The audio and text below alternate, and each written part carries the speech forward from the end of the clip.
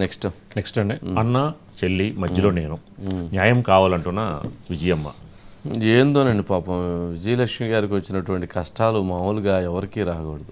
జన్మనిచ్చినటువంటి తల్లిని court ముంగిట్లో court బోనులో నుంచోబెట్టి ఆస్తి పంచాయతీ మీద వివాదం చేయటం అనేది జగన్మోహన్ రెడ్డి గారికి చెల్లింది. నా అక్క చెల్లెళ్ళు అని అంటారు పాపం ఆయన మాటకు ముందు. అక్క చెల్లిని అక్కనే చెల్లిని ఇద్దరిని రోడ్డు మీద పెట్టాడు. చివరికి అమ్మను కూడా తీసుకొచ్చి కోర్టులో బోన్లో పెట్టారు. సరే ఆమెకు ప్రేమ ఉండేది కన్న కొడుకు కాబట్టి పాపం ఆమెకి ఎవరికైనా కానీ తప్ప ప్రేమ. కానీ ఆమె కూడా పోయి కోర్టుకు పోయి సరే వదిలేయొచ్చు కదా, సరే కొడుకే కదా పని అని చెప్పి వదిలేయట్లేదు. ఆమె కూడా నా కూతురు మధ్య వివాదం జరుగుతా ఇదంతా కూడా నాకు నష్టం చేస్తుంది కాబట్టి నా సంగతి నాకు న్యాయం చేయండి అని పాపం ఆమె పోయి కోర్టుకు పోయి అడుగుతుంది. రాజశేఖర రెడ్డి గారు ఏదైతే జరగకూడదు అనుకున్నాడో అది జరగటం అనేది చాలా బాధాకరమైన అంశం. దీంట్లో జగన్మోహన్ రెడ్డి గారిది మెజారిటీ మిస్టేక్. ఎందుకంటే కోర్టుకు వేసింది ఆయన కాబట్టి. తర్వాత ఏమో కూడా సరే కొడుకే కదా అని వదిలేస్తే పోయేదేమో. సరే కొడుకుకైనా కూతురికైనా ఇవ్వాలి కదండి. కానీ కూతురుకు నష్టం జరిగింది, ఆమెకి ఇవ్వాల్సింది ఇవ్వలేదు కాబట్టి ఆమెకి ఇవ్వటానికి స్పేస్ ఉండిద్ది కదా అని చెప్పని ఆలోచిస్తుండొచ్చు. 1000 ఉండిద్ది, ఇంకొక 1000కి ఇంకో 400 ఒక 500 యాడ్ అయ్యిద్ది. జగన్మోహన్ రెడ్డి గారికి ఉన్న ఆస్తులు ఎంత? ఆయనకు ఉన్నటువంటి ఆస్తుల్లో భారతదేశంలోనే ఒక అత్యంత సంపన్నుల్లో ఆయన ఒకడు, దేశంలోనే రాజకీయాల్లో ఆయన అత్యంత సంపన్నుల్లో ఒకడు. ఏమైద్ది? ఒక 200 కోట్లు 400 కోట్లు తగ్గితే నష్టం ఏముంది? ఏముందంట? ఇప్పుడేం మరి తినడానికి ఏం లేకుండా ఏం లేదు కదా.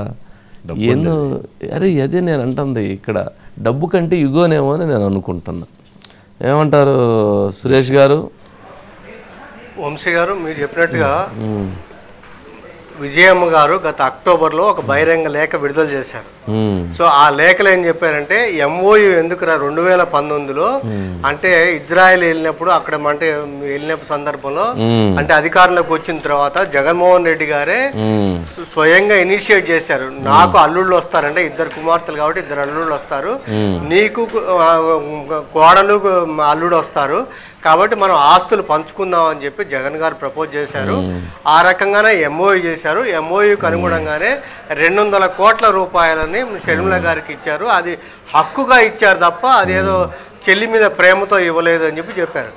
తర్వాత 2021లో గిఫ్ట్ డీడ్ తనకి గిఫ్ట్ డీడ్ ఇచ్చారు. ఆ గిఫ్ట్ డీడ్కి అనుగుణంగానే సరస్వతి పవర్ నుంచి జగన్మోహన్ రెడ్డి గారు రాజీనామా చేశారు.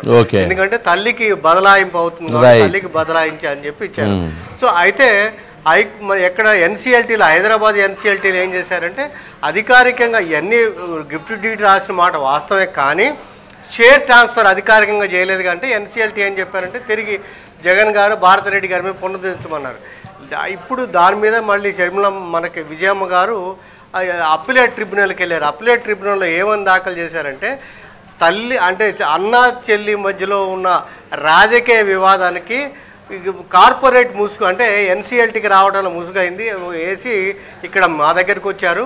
నిజంగా ఆ ఎంఓ ఏదంటే గిఫ్ట్ డీడ్ చెల్లదనంటే ఏదైనా సివిల్ కోర్టుకి వెళ్ళి ఉండేవారు. అలా వెళ్లకుండా ఇక్కడికి రావడం అంటే దీని వెనక ఇది ఉంది కాబట్టి మాకు మళ్ళీ ఇప్పటికే నష్టం అవుద్ది. తన పేరు మీద 99% ఉంది కాబట్టి తన పేరు మీద వచ్చే విధంగా ఆదేశాలు అని అప్పిలేట్ ట్రిబ్యునల్కి విజయమ్మ గారు వెళ్ళారు. వంశీ గారు రైట్, సురేష్ గారు రైట్, థ్యాంక్ యూ.